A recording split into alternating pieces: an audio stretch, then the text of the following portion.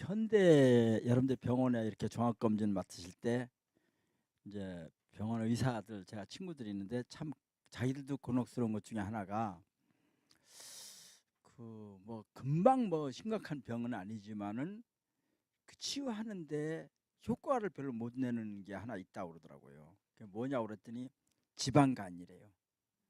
지방간 연세가 들으면 다 이제 이렇게 지방간이 쌓이잖아요. 근데 지방간 중에서도 알코올성 지방간이 있고 비알코올성 지방간이 있는 거예요. 술도 한 번도 먹지 않는데 가정주부들도 지방간이 끼고 막 그러거든요. 그런데 알코올성은 뭐 술을 좀 끊으면 좀 나아지겠죠. 근데 비알코올성은 이게 뭐 운동을 하라고 하는 운동해라 이거 외에는 방법이 없대요. 그리고 먹는 거 조심해라 이거 외에는 방법이 없는데 그야 그냥 특별히 사람들이 이게 관심을 기울이기가 힘들다는 거예요. 그런데 우리나라의 약초 중에서 지방간에 효과가 있는 지방간의 지방을 축적하는 것을 만드는 그런 단백질을 못 만들게 하는 지방간을 축적하게 하는 그 단백질을 못 만들게 하는 그러니까 모양용어로는 억제하는 그러한 우리 자연 약초가 있습니다. 근데 그것이 그 전에는 그냥 간에 좋다만 얘기했는데 그 왜 좋은지를 최근에 의학적으로 실험해서 밝혀냈어요. 그래서 좀 아까 말씀드린 대로 지방간을 형성하는 단백질을 형성을 억제하는 그런 식물인데 우리가 흔히 볼 수 있는 식물입니다. 삼백초예요. 근데 삼백초는 하나 아쉬운 거는 우리나라의 야생에 꽤 있었는데 지금은 그게 워낙 사람들이 다 캐가지고 없어요. 그게. 그래서 멸종 위기 식물 2급에 등록돼 있어요. 삼백초가. 근데 저희들이 지금 그 동네 우리 같이 간 인제에 있는 그 동네 조합원들에 의해서 그거를 지금 일부를 지금 싹을 틔우고 이렇게 하고 있어요. 단연초입니다. 뿌리가 우엉처럼 이렇게 길게 나요. 그래서 잘 기르면은 겨울에 잘 기르면은 몇 년 동안 계속 이렇게 뿌리를 이렇게 뿌리가 계속 단연초로 나오니까. 근데 그런 뿌리를 약초로 쓰는 겁니다. 뿌리를. 그런데 하여튼 그런 삼백초라고 하는 것은 왜 이름을 삼백초라고 하느냐? 꽃이 하얘요. 인터넷 한번 찾아보시면 꽃이 하얘요. 뿌리가 또 하얘요. 그런데 또 한 군데 하얀 데가 있는데 재밌는 게 잎이 이렇게 나오잖아요. 저희들 묘목에서 한 3, 4cm 이렇게 컸는데 보니까 잎이 파래 그냥. 근데 꽃이 필 때가 되면 꽃 바로 아래에 있는 꽃덩어리 바로 아래에 있는 그 잎만 하얗게 바뀌어. 그러니까 잎도 하얀 게 생기잖아요. 아마 그것은 벌이나 나비가 많이 오게끔 하기 위해서 자기를 좀 과시하려고 넓게 크게 보이게 하려고 눈에 띄게 하려고 그렇게 하는 것 같아요. 근데 그게 그러니까 삼백초는 그래서 삼백초라고 얘기를 합니다. 그리고 또 하나는 여러분들 우리가 이제 먹는 것 중에서 아무리 먹어도 이제 모든 약은 약효가 있는 것만큼 부작용이 있을 수 있잖아요. 아무리 먹어도 몸에 부작용이 없는 식품들이 있습니다. 아무리 다량으로 먹어도. 그게 그 중에 하나가 질경이에요. 질경이. 특히 질경이는 뭐 식이염소도 많아가지고 소화나 이렇게 장에도 도움이 되는데 특히 간내 그리고 비뇨기에 여성들이 비뇨기나 이런 데도 좋고 우리가 동의보감 같은 데 보면은 질경이 씨를 남자들이 편도선 비대증 치료제로 씁니다. 씨를 그거를 차로 만들어 가지고 이렇게 먹는다든지 하면은. 여러분들 질경이에 대해서는 흔하잖아요, 그죠?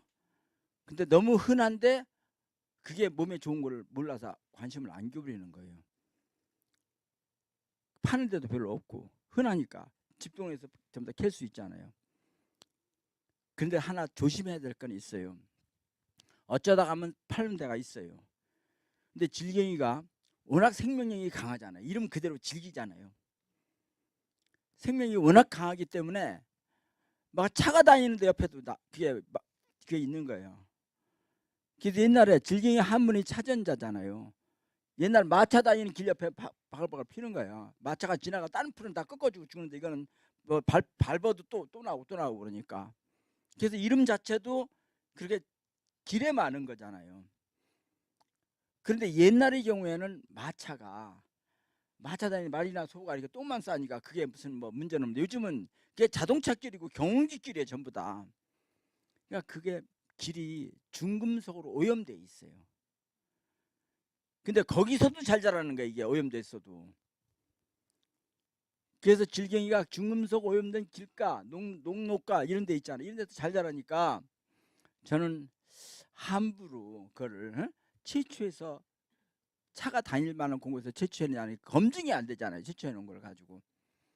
그래서 질경이를 채취해서 쓰실 때는 그걸 염두에 두시고 쓰셔야 된다.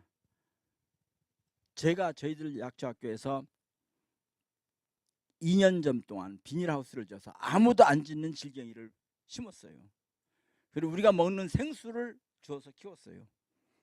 우리가 먹는 생수를 그냥. 그런데 우리가 기르는 질경이는 보통 질경이가 아니라 질경이도 우리나라에 토종이 여러 가지가 있어요. 근데 그거는 약간 고산 지역에, 그리고 이게 바닥에 딱 눕지도 않고 약간 들누워서 커요. 근데 크면 얼마나 크냐. 질경이가 꽃대가 나오잖아요. 이렇게 여러분 보셨죠? 가을 같은 데 보면 꽃대가 보통 한 10cm 정도, 많으면 12, 3cm 정도예요. 근데 그 꽃대가 40cm까지 커. 우리나라 토종이에요. 그리고 잎은 배추잎 같아. 그걸 저희들이 2년 동안 키웠어요. 근데 아무도 그걸 키우니까 동네 사람들이 그걸 왜 키우느냐. 그래서 저희들 그거 가지고 질경이 밥을 해요. 질경이로 곤드레 밥처럼. 근데 한의 사는 분들 다 물어봤더니 그게 곤드레보다 훨씬 몸에 더 좋은 거라는 거예요. 응? 저희들이 여러분들 가시면 그 질경이를 밥을 드실 텐데, 그래서 저희들이 기르는 질경이는 그런 질경이. 근데 2년 동안 기르니까 동네에서 하겠다는 사람이 나와요. 그렇잖아요. 우리가. 그래서 저희들이 이제 금년에는 저희들이 그 질경이 밭을 딴 걸로 심으면서 동네에게 우리가 씨앗을, 우리가 있는 그 왕질경이가 큰 질경이를 그걸 줘서 그 사람들이 재배를 해요. 그리고 우리가 제하는 조건이다. 농약은 실제로 쓸 필요가 없어요. 농약을. 질경이가 병이 없으니까. 근데 이제 물 같은 거, 거기는 뭐 물이 다 일반적으로 좋으니까 물도 좋은 거 써라, 뭐 몇 가지 조건을 해서 저희들이 키우는데, 그래서 그거를 여러분들이 이번에는 그 질경이를, 그러니까 우리가 기르는 건 똑같은 건데 하여튼 그 조합원들 이웃에 기르는 걸로 밥을 해서 드십니다. 그리고 그걸로 여러 가지를 만들 수도 있는데 뭐 장아찌도 만들 수 있고 질경이로. 그리고 그러니까 비닐하우스에서 그 사람들 키우는데 비닐하우스 키우니까 식감이 좀 부드럽고 좋더라고요. 장아찌를 만들어도 덜 억세고 식감이 이제 그런데 여러분들이 질경이는 그러니까 차로 드셔도 되고, 특히 눈이 이렇게 촘촘할 때 질이 흔하잖아요. 그걸 뭐 이렇게 건나물 비슷하게 만들었다가 그걸로 차를 만들어서 장복을 하시면 눈에도 좀 도움이 되고, 이런 게 간이 좋아지니까 눈에 결국 도움이 됩니다. 그래서 이제 여러분들이 이제 그런 문제. 그리고 또 하나는 제가 우리 동네에, 제가 인제에 사는데 우리도 거기서 일정은 떨어져 있는데 한 할아버지가 사셔요. 80이 넘은 할아버지가 그 할머니랑 둘이서 사시는데 자식이 없어요. 그분 자식이 없으니까 나이가 이제 많고 몸도 노쇠지니까 자기들 산도 있고 밭도 있고 있는데 그걸 물어줄 사람이 없잖아요. 그래서 이제 제가 그 할아버지한테 가끔가다 뭐 좀 뭐 여러 가지 그 동네 이장이고 그러니까 이렇게 상의도 하고 했었는데,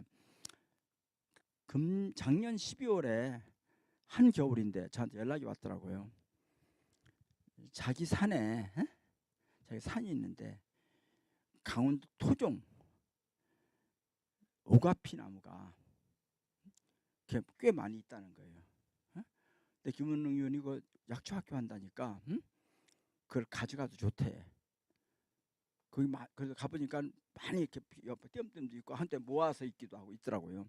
그 산에. 근데 거기가 해발 한 설악산의 줄기인데 해발 한 7, 800m 되는 줄기에 많이 있어요. 그래서 그걸 그렇게 이제 고마워서 저희들이 이제 그분한테 그걸 양해를 구하고 그걸 우리가 이제 사람들 뭐 인건비 들여가지고 동네 사람 해가지고 그걸 갖다 놨어요. 근데 겨울에 따야 된대. 그게. 왜냐하면 여름에 잎가 지나면 가지의 양분이 없어지니까.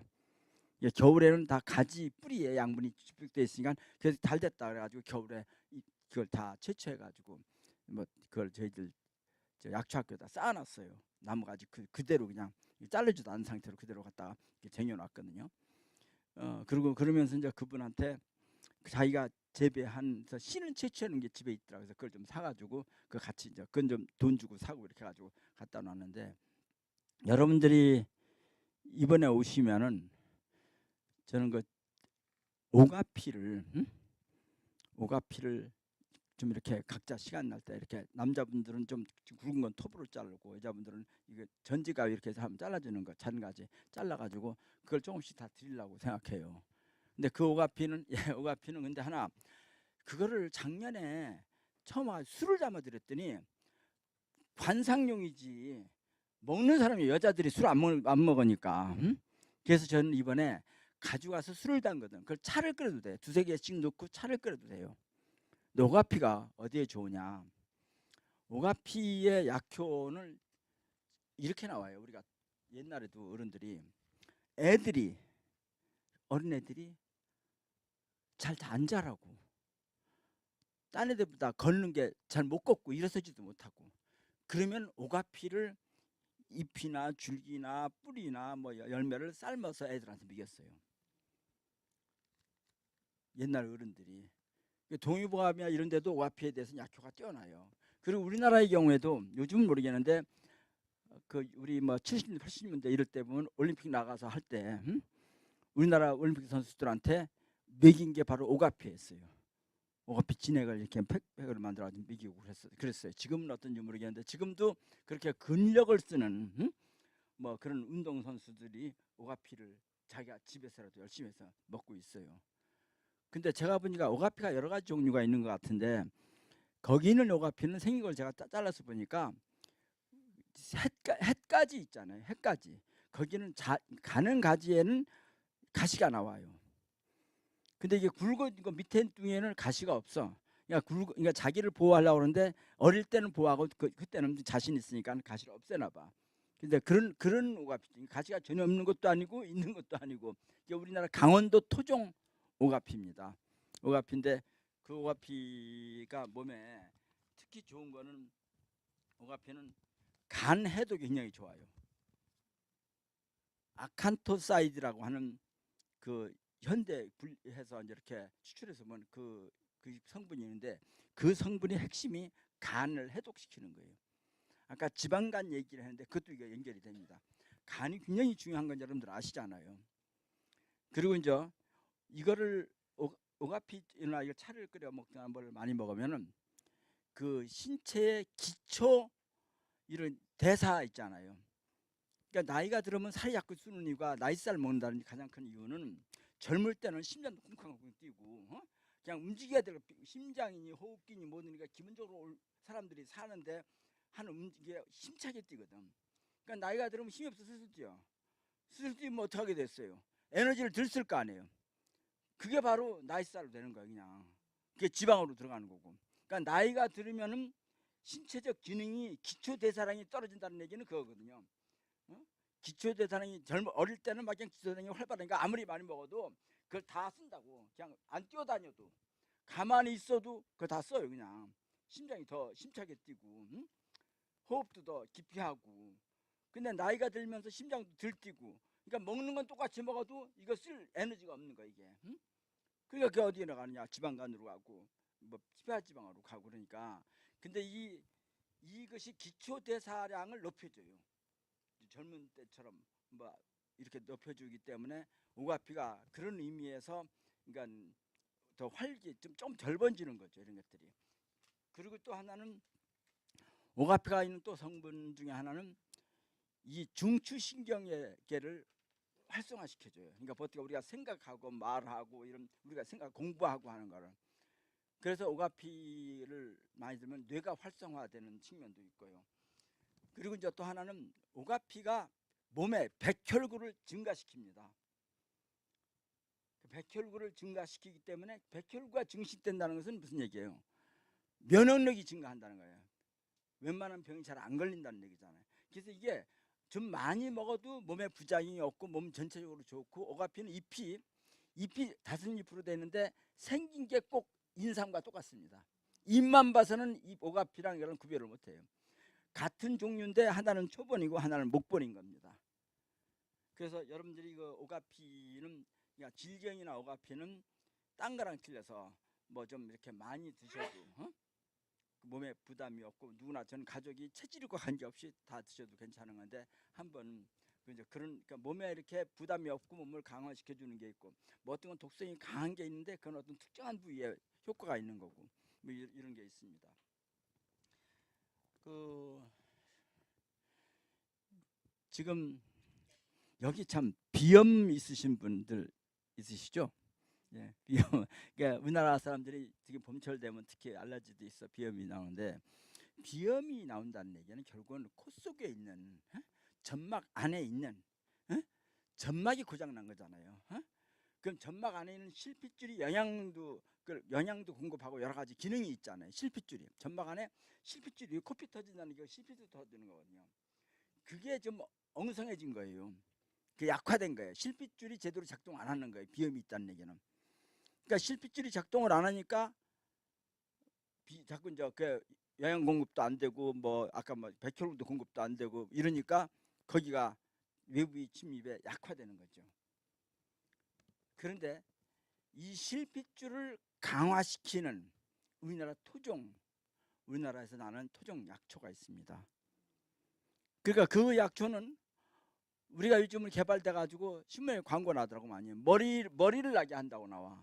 그것도 맞아요. 그걸 바르면은 그거랑 자소엽이랑 뭐 합쳤는데 자소엽이 중요한 게 아니고 그거예요. 바로 어성초, 자소엽 깨서 쓰는데 실제로 어성초가 제일 중요한데, 어성초가 머리를 바르면 머리에는 실핏줄이 강화되면은 모근이 강화될 거 아니에요.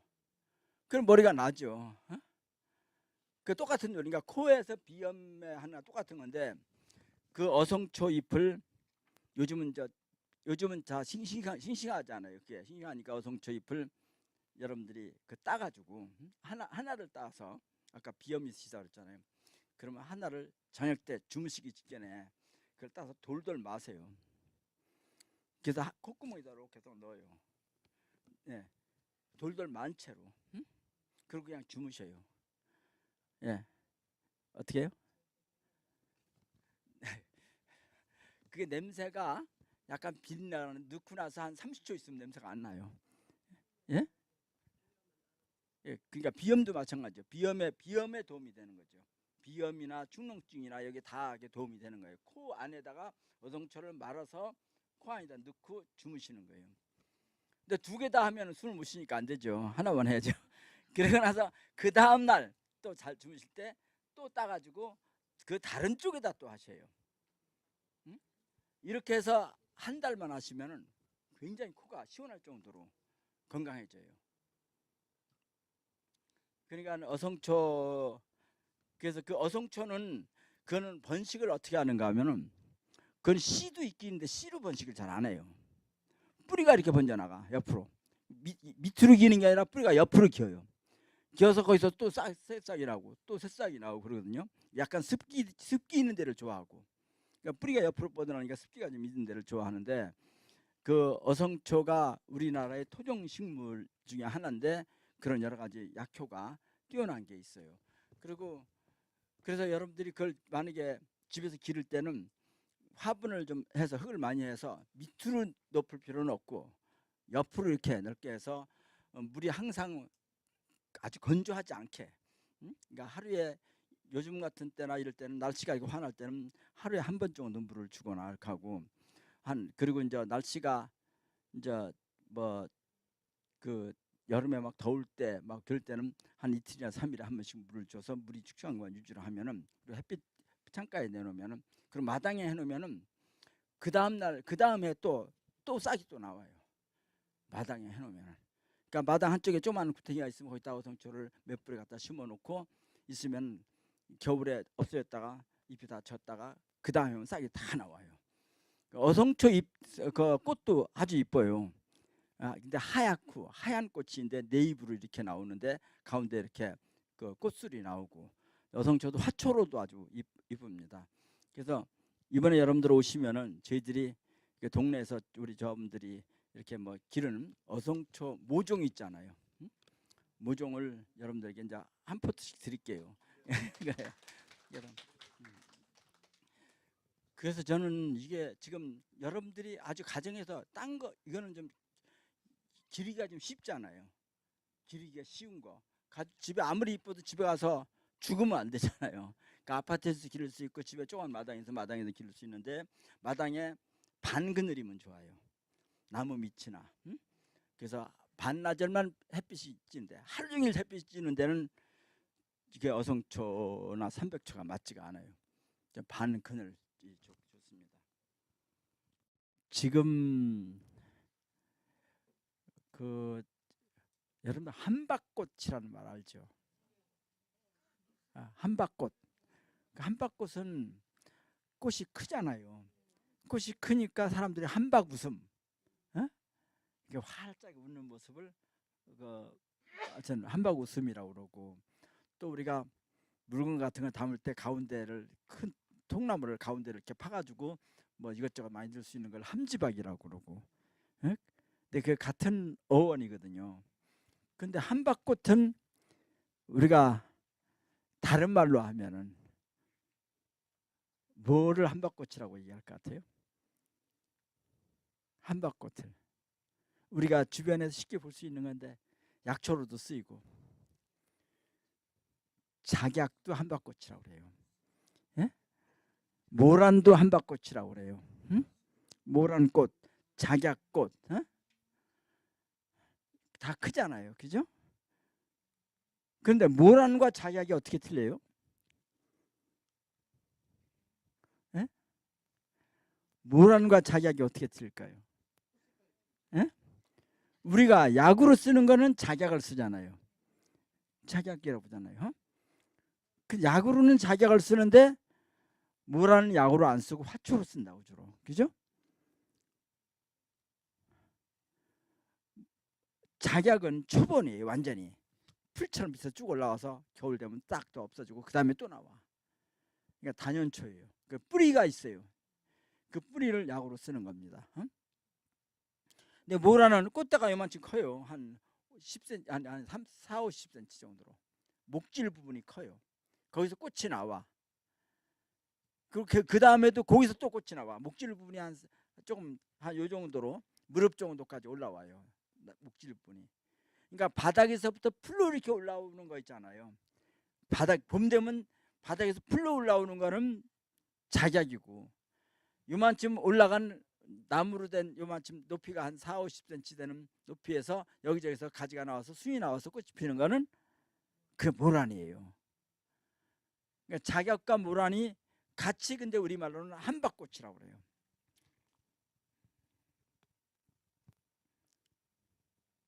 그런데 우리가 약으로 쓰는 것 중에서 작약을 쓰기도 해요. 작약을 쓰는데 지금 일반적으로 우리 동의보감에 나온 작약의 약효는 이렇게 나와요. 모란은 안 쓰고 작약을 씁니다. 근데 작약을 쓰는데 부인병에 좋다는 얘기도 나와요. 부인에게 좋다 이렇게 나와요. 그런데 최근에 작약을 분석을 했더니 거기에 진짜 부인과 관련되는 약효가 나왔어요. 우리나라에 여성 중에서 불임률이 몇 퍼센트가 될 것 같아요? 불임하는 여성이 몇 퍼센트 될 것 같아요? 10%가 넘을 것 같아요? 안 될 것 같아요? 13%예요. 통계로 여성 불임률이 13%예요. 그런데 이 불임의 가장 큰 이유 중에 하나는 난소의 기능이 약화돼서 그렇대요. 그런데 이 작약이 바로 난소의 기능을 강화하고 자궁의 수력을 강화하고 그런 기능을 갖고 있다는 게 최근에 과학적으로, 한의학이 아니라 과학적으로 분석을 해서 동물 실험 이런 걸 통해서 뭐 확인이 됐어요.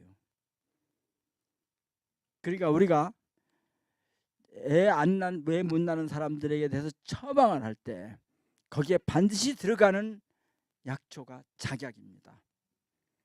근데 작약에는 우리가 이런 꽃으로 쓰는 작약이 있고 그것도 효과는 있습니다. 그건 이 작약의 뿌리가 굉장히 굵습니다. 그건 대개 이제 수입종도 있고 계량종도 있고 막 이렇게 막 합친 거고, 그거 말고 산작약이 있습니다. 산작약, 야생하는 작약이 있어요.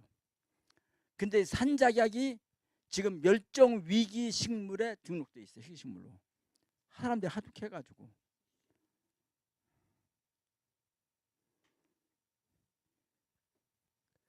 그 산작약은 일반 작약과 생긴 게 좀 틀려요. 일반 작약은 입을 이렇게 쫙 벌려요. 근데 산작약은 이렇게 오므리고 수줍게 펴 있어요. 끝까지 이렇게 오므리고 있어. 수줍게. 근데 산작약이 우리가 얘기하는 동의보감에 나오는 작약은 산작약을 얘기하는 겁니다.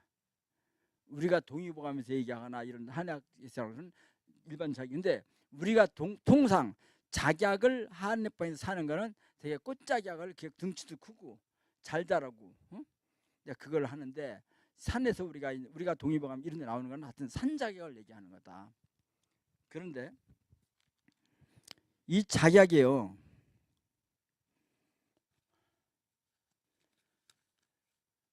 작약과 똑같이 비슷하게 생긴 나무가 있어요. 나무가 그런 꽃이 피는, 그걸 한박꽃나무라고 그래요. 한박꽃나무.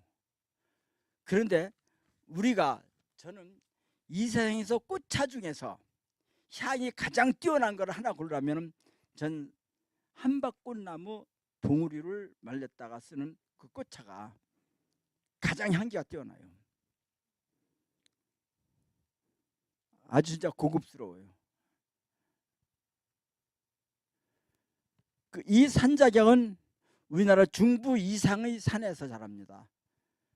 강원도 가면 저희들이 거기 있어요. 산작약이 그냥 야생으로 있어. 근데 그 집에서 그거는 나무가 아주 크지는 않아요. 우리가 작은 나무를 관목이라고 합니다. 개나리, 뭐 이런 것들 있잖아요. 관목이라. 큰 거는 교목이라고 그래요. 교목. 근데 산작약은 한 5m 정도는 자라요. 그러니까 관목도 아니고 교목도 아니라 분류적으로 그냥 소교목이래요. 작은 교목이다. 그게 정원수로도 아주 좋아요. 그게. 여러분들이 혹시 나중에 언젠가 뭐 집에 정원이 있으면은 산작약, 그러니까 한박꽃 나무를 향이 아주 뛰어나요. 그건 따가지고 봉우리 졌을 때 따가지고 이게 활짝 피면은 향이 날아가서 덜감 향이 나요. 봉우리 때 따야지 향을 보존하고 있어요. 그 산작약을 어떤 사람은 산목련이라고도 해요. 목련꽃 비슷해요. 그렇잖아요. 근데 피는 시기가, 그건 목련꽃은 아주 초봄 피는데 그건 아주 이른 여름이나 늦은 봄에 펴요. 좀 늦게 펴요. 아직도 안 폈을 거예요. 산작약은. 한박꽃나무는. 그 한박꽃나무가 북한의 국화예요. 우리는 북한 국화하면은 진달래인지 알잖아요. 근데 하얀 산작약이 북한의 국화입니다. 그래서 그러니까는 그것도 한박꽃나무라고 그래요. 그러니까 한박 우리가 얘기하는 한박당은 꽃이잖아요. 이건 나무니까 한박꽃나무라고 얘기합니다. 그래서 한박이라는 단어가 우리나라에서 이제 그런 것들을, 그러니까 목련은 한박꽃나무라고 안 그러잖아요. 목련이랑 비슷하게 생긴 목련은 아니라고 그러잖아요. 한박꽃이라고 하는데 얘기 말한 대로 아까 작약, 모란, 한박꽃나무 이것들은 다 한박꽃이라는 이름으로 불려집니다. 요즘 강원도 가면요, 이쪽에서는 별로 안 보이는 나무가 꽤 한 10m씩 자라는 이런 나무들이, 꽤 큰 나무들이 꽃이 하얗게 딱딱 불려서 피는 꽃이 있습니다. 야생에. 근데 그 쇠수는 따서 나물로 해 먹어요. 근데 약간 해가지고 데쳐서 쓴맛을 없앤 다음에 먹습니다. 입맛을 돋구는데 아주 좋은 나무에서 나오는 건데도 입맛을 돋구는데 아주 좋은 나물인데, 그 나무 이름이 요즘 하얀 꽃이 꼭 마치 비슷한, 꼭 똑같지는 않은데 아카시아 줄기 비슷하게, 아카시아 이렇게 꽃 이렇게 따따고 열리잖아요. 이렇게 그 식으로 그런 식으로 꽃이 달려 있어요. 근데 아카시아보다는 조금 약간 좀 수줍은 듯한 느낌을 주는 그런 활짝 피지 않은 그런 꽃인데, 그 나무 이름을 귀룽나무라고 합니다. 여러분 들어보셨어요? 귀룽나무? 강원도 가면 많이 있어요. 그 고산 지역이나 이런데, 습지역에 귀룽나무라고 합니다. 근데 그 귀룽나무는 나무를 입맛을 돋구는데 봄에 쓰기도 하지만은, 아까 얘기한 그 말린 가지나 줄기, 말린 껍질을 그거를 달여서 먹으면은 간 질환에 도움이 됩니다. 간염 이런데. 그리고 그러니까 간의 지방질을 분해하는 데 도움이 됩니다. 간에, 그러니까 아까 말한 지방간에도 이게 도움이 되고요. 근데 이 귀룽나무는 왜 귀룽나무라고 하느냐 하는 것은, 귀라는 게 거북귀자입니다. 거북구자. 그래서 나무 껍질이 거북등처럼 생겼다고 해서 귀롱나무라고 얘기를 합니다. 근데 재밌는 게, 우리 돗자리 얘기하잖아요. 돗자리 뭐로 만들어요? 돗자리 만드는 게 뭐로 만들어요? 네? 왕골이나 이런 걸 만들죠. 근데 강원도 갔더니 이상한 돗자리가 있더라고. 귀룽자리라는 게 있어요. 귀룽자리라는 게 있어요.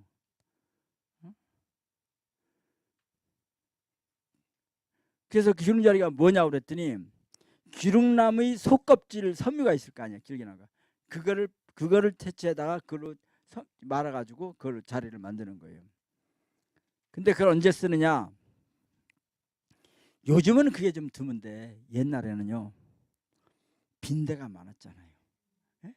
옛날에 집에, 그러니까 빈대는 저도 어릴 때 보면, 학교 다닐 때 보니까 빈대가 방에 있으면 낮에는 그러면 하나도 안 보여.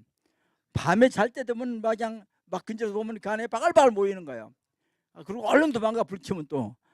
얼마나 골치 아파요. 그러니까 옛날에 오죽하면 뭐 빈대 잡으려다가 초가상감 태운다는 말 날 정도로 그렇게 심하잖아요, 옛날에는. 그런데 기둥자리를 깔으면 빈대가 못 모이는 거예요. 그 돗자리를 깔고 자는 거예요. 빈대가 못 들어오는 거예요. 응? 그래서 기둥 돗자리가 옛날에 그 곤충을 퇴출하는데 방충의 효과가 있어서 그걸 썼어요. 제가 여러분들이 두 번째 갈 때가 홍천의 내린천의 최상류, 거기는 흐르는 물이 먹어도 돼요. 그걸 여러분들 가져가면 빈병 조그마한 거나 뭐 플라스틱 가져가시면은 여기 드시고 가실 때 그 물을 담아가지고 가셔요. 사 먹는 것보다 더 좋은 물이에요. 그런데 그렇게 흐르는 물을 먹는 그런 골짜기예요. 거기서 차도 끓여 먹고, 그 물을 떠서 그냥 흐르는 물을 떠가지고 차도 끓여 먹고 해도 아주 아무 문제가 없는 그런 깨끗한 곳인데, 우리나라가 사실 그렇게 흐르는 물을 먹을 수 있는 지역은 별로 없잖아요. 그냥 흐르는 물이 깨끗하다고 해도. 그래서 강원도 사람들 보고 내가 양평 거기 물도 좋고 뭐 산도 좋고 그랬더니, 한 사람이 좀 거칠게 얘기하더라고요. 그게 물이 뭐가지요? 똥물이죠, 그러더라고. 근데 거기 사람들이 보면 그렇잖아요. 예를 들면요, 우리가 뭐 서울 사람들이 보면 양평이나 이런 데 어디 가면 물이 많이 좋은데 먹을 수 있는 물은 아니잖아요. 근데 그렇게 흐르는 물을 먹는 데인데 거기 가서 사람들이 이렇게 몇십 명이 가면은 화장실이 없는 거예요. 그러니까 조그마한 집이 하나 있어요. 그 안에 화장실이 있어. 근데 거기는 여자들은 거기서 쓰면 된다고. 그 남자들이 할 데가 없잖아요. 응? 그래가지고 거기다가 동네 사람한테 제가 부탁을 해가지고 재래식 화장실 하나 만들었어요. 이게 톱밥도 갖다 놓고 이런 거 있잖아요. 쌀개도 갖다 놓고 안 되면 그거 하고 이렇게 옛날 재래식 그러니까는 이렇게 좌변기 형식이 아니라 만들었어요. 그리고 이제 그걸 옛날식으로 칸막을 쓸 거 아니에요. 이렇게 집을 지었을 거 아니에요. 지붕도 만들고. 근데 집을 짓는데 거기 이제 소나무 같은 게 겨울에 눈이 많이 오니까 쓰러진 소나무들이 있어요. 근데 그 소나무 내가 이 소나무 잘라가지고 쓰자. 그러니까 산에 뭐 그 썼어요. 근데 가서 다 만들어 놓고 근데 가봤더니 소나무가 아직 많이 있는데 목재가 소나무를 안 쓰고 뭐 시커먼 나무를 또 중간 막 껴놨어. 그게 저거 왜 저걸 했냐 이 나무로 하면 보기가 좋은데 왜 시커먼냐. 다는 아니지만 그중에 한 3분의 1 정도를. 그랬더니 그게 귀롱나무야. 그래야 벌레가 안 들어온다는 거야. 강원도 분들이니까 알잖아요. 응? 그래서 거기는 귀롱나무, 소나무랑 귀농나무 두 가지를 가지고 나무를 집을 이렇게 화장실을 만들었어요. 그러니까 그 귀롱나무라고 하는 게 이제 그런 나무다. 근데 그것이 쓴맛이 나는데 봄에 그걸 데쳐서 좀 쓴물에 그러니까 좀 데쳐가지고 물에 찬물에 담궜다가 그걸로 먹으면은 봄에 식욕도 돋고 간에도 도움이 되고 지방간에도 도움이 되는 나물이다. 그래서 이번에 혹시 가시면 아 이게 귀롱나무구나. 근데 꽃이 이제 여러분들 두 번째 갈 때는 꽃이 졌을지도 몰라요. 그래도 하여튼 나무 수영도 한번 보시고 이렇게 하시면 좋겠어요. 제가 아는 사람이 충청도에서 아주 농사를 잘 졌어요. 아주 부지런한 사람이요.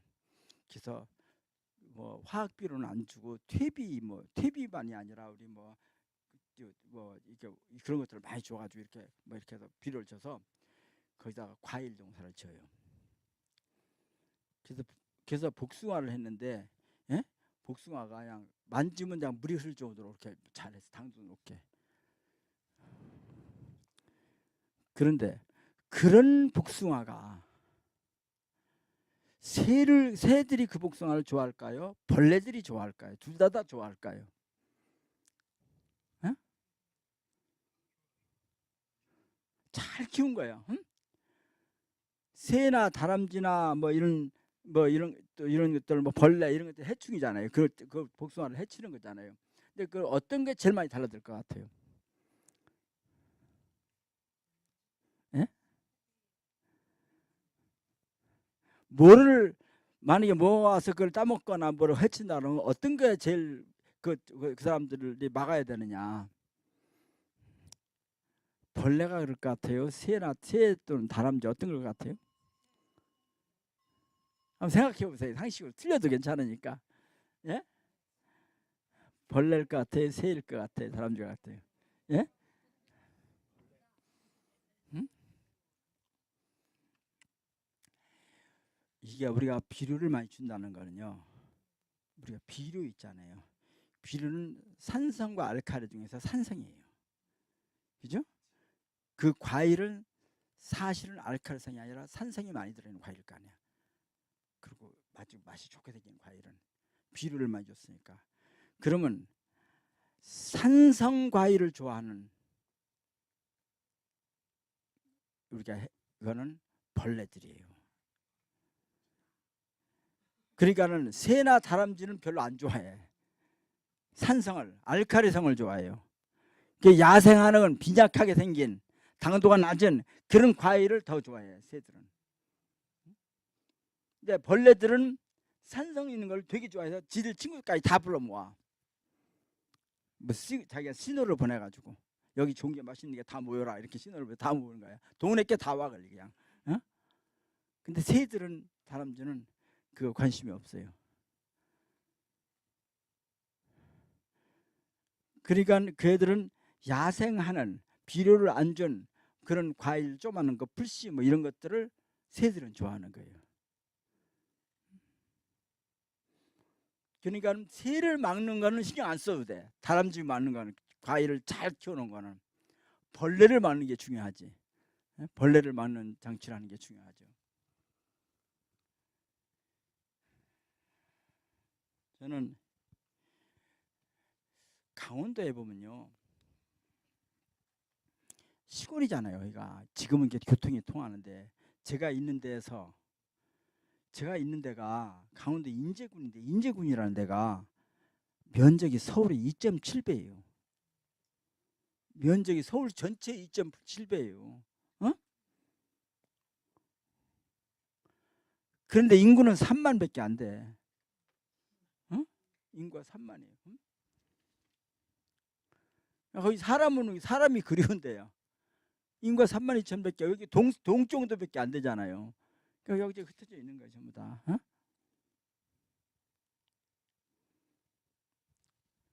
그런데 옛날에는 인구가 더 적을 수도 있잖아요. 아주 옛날에는 교통도 나쁘니까. 지금 놀러다 옛날에는 관광이라는 개념이 없으니까.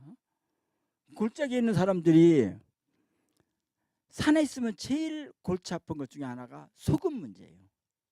자기 식생활의 필수품인데 소금이 비싼 거예요. 옛날은 소금이. 거기까지 가서 파는 거는 동이나 보찜 가서 하는 되게 비싼 거예요.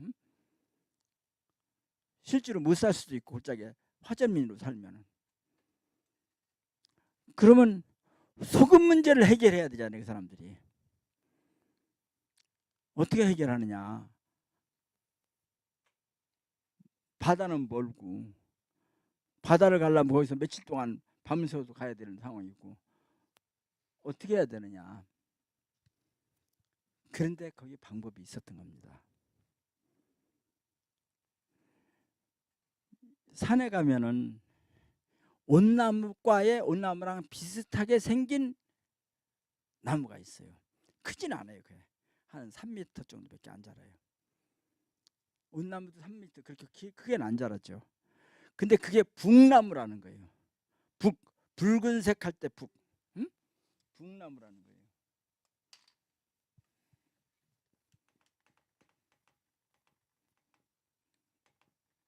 북나무. 왜 북나무냐? 가을에 모든 잎들이 단풍이 들잖아요. 상록수 빼놓고. 근데 단풍잎 중에서 가장 아름다운 단풍이 몇 개 있습니다.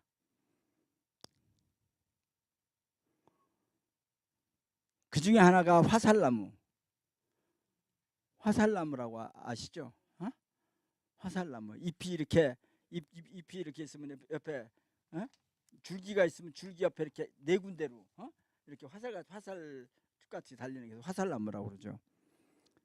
옛날에 한참 유행할 때는 그게 암 치료한다고 다려 먹고 많이 했는데, 그 화살나무가 가을에 그렇게 잎이 이뻐요. 그 봄에는 그 나물도 그 잎을 따서 나물로 해도 돼요. 근데 가을에 잎이 그렇게 이뻐요. 그러니까 여기저기 공원 보면 수도권에 이런 데도 가면은 여기저기 화살나무가 이렇게 몇 그루씩 있는 데가 있더라고. 그 가을에 이뻐서 그래요. 또 하나가 바로 이 북나무예요. 가을에 산에 가서 제일 빨간 단풍이 드는 걸 보면 북나무예요. 그러니까 오죽하면 이름이 북나무겠냐고. 근데 단풍이 들기 전에는 온나무랑 구별이 잘 안 돼. 생기가 줄기 생기도 똑같고, 수영도 비슷하고, 같은 과니까 덩치도 비슷하고, 온나무랑 잎도 비슷하고. 북나무랑 온나무랑 구별이 잘 안 돼요. 단풍 들기 전에는. 그런데 그것도 아는 방법이 있어요. 단풍 들기 전에. 북나무는 어떻게 생겼는가 하면 잎이 이렇게 있고 잎자루가 있잖아요. 잎자루에 이렇게 날개가 달려 있어요. 이렇게 조그만하게 가늘게. 이게 날개가 달려 있으면은 이게 북나무예요. 온나무는 잎도 똑같은데 이게 없어. 온나무랑 북나무 그러니까 산에 가면 조심해야 되잖아요. 오대 민감한 실질적으로 사람이 있으면 북나무, 옥나무 이거를 구별을 해야 된다고. 아무거나 나무 건드리면 안 되고. 근데 잎이 이렇게 있으면 이게 북나무 옷이 안 올라요. 그리고 가을이 단풍 되면 확실히 구별되죠. 이거는 빨갛게 물들고 온나무는 빨갛게 물이 안 들으니까 단풍 때는 금방 구별이 되는데 평소 때는 이걸로 입자루 날개로 구별을 해요. 그런데 여기에 이 입자루 쪽 이런 데다가 북나무에만 붙는 해충이 있어요. 북나무 진딧물이야. 그놈들이 여기 들어가. 응? 들어가지고 그 안에 입 속에다가 입 같은 데 이런 데다가 집을 지어요. 입 안에다가. 그 새끼를 까.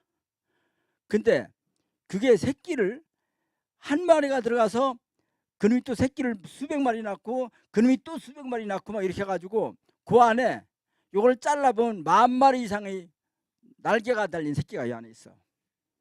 잘라보면 요 안에 이렇게 혹 같은 게 달려있는데 혹이 한 요만큼만 해요. 혹이 꽤 커요. 근데 이건 더 붉어 느낌이. 이거를 우리 한의학에서 한약으로 씁니다. 이 한약이 오배자예요. 오배자라는 말씀 들어보셨죠? 이게 바로 오배자예요. 곤충이 들어가서 거기서 이걸 키운 거예요. 혹 같은 게 달린 거예요. 그 안에 곤충이 잔뜩 들었어. 그럼 그것을 놔두면은 가을이 좀 짚어주면 다 뚫고 나와버려요. 그건 나오기 전에 따는 거예요.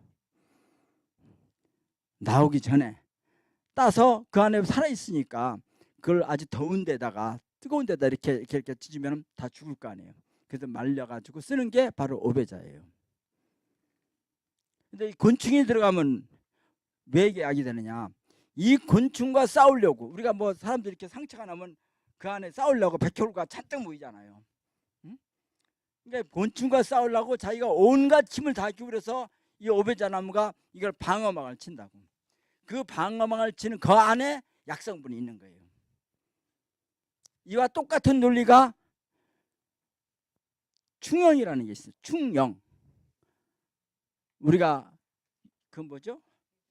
발과 끝머리 같은데 고기 많이 먹으면은 이렇게 통풍이라는 거 아시죠? 손가락 끝이나 발끝 같은데 육식을 많이 하는 사람들이 요산이 축적돼 가지고 이유 없이 막 아픈 거예요. 응? 이유 없이 막 참기 힘들 정도로 아픈 거예요. 손가락 끝 발끝 같아. 이게 육식을 많이 하면 그런 게 있어요. 그 통풍이라고 합니다. 그걸. 응? 통풍 치료제를 쓰이는 게 바로 게달의 열매입니다. 통풍 치료제를 쓰이는 게. 근데 그 게달의 열매도 바로 그냥 게달의 열매 갖고는 약효가 덜하고 거기에 벌레가 들어가서 그게 이상하게 된 거 있잖아요. 막 방어하느라고 우두두해지면서 그거를 한양에서 충영이라고 그래요. 충영. 이게 오배자와 같은 논리예요. 근데 오배자는 이거 말고도 또 뭐가 있는가? 오배자가 열매가 맺힙니다. 열매가 맺히면 열매의 뒤에 하얀 분가루 같은 게 맺혀요. 하얀 분가루가. 근데 손으로 찍어서 이렇게 맛을 보잖아요. 그러면 짭짤해요. 짭짤해. 그래서 오배자 열매를 따다가 물에다 담아 놓고 그럼 그게 다 녹을 거 아니에요. 그럼 그 물을 햇빛에 말리든지 밑에 계속 말리면 결정체가 생기잖아요. 그게 소금이에요. 그게 그걸로 옛날 강원도의 시골에 있는 사람들이 요리를 했어요. 소금이 이 지금 제가 말씀드린 북나무 열매에서 추출해서 소금을 썼습니다. 그런데 그게 요즘 새롭게 각광을 받기 시작했어요. 왜냐? 우리가 소금을 먹잖아요. 소금을 먹는데 그 소금은 일반적으로 나트륨이에요. NaCl이잖아요. 근데 이거는 능금산 칼슘이에요.